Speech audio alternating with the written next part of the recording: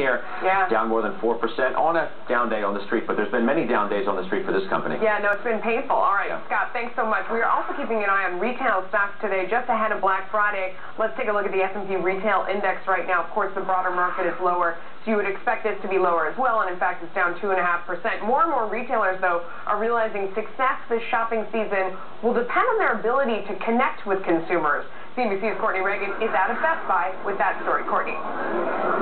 Yeah, that's right, Melissa. That connection with consumers on the go is very critical. Is this season going to be a good one for retailers? They certainly hope so, but there is a lot of fear as they scramble to really ramp up those mobile websites to meet consumers' wish list for convenience and speed on the go. According to CompuWare's Gomez division, 71% of consumers expect websites to load as quickly on their mobile devices as they load at home, but very few retailers can meet that need for speed.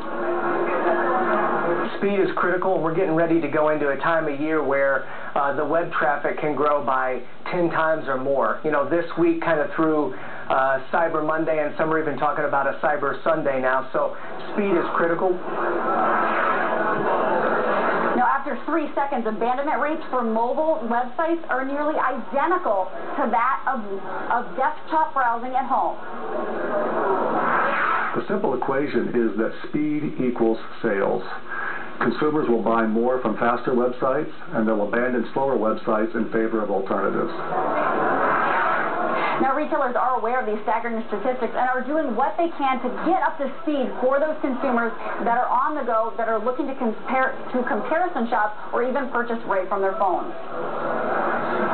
More than 25% of our prescriptions are through our mobile applications. We have more than 2 million sign-ups for our text messaging program as well, and that's also a key one for convenience on the mobile platform.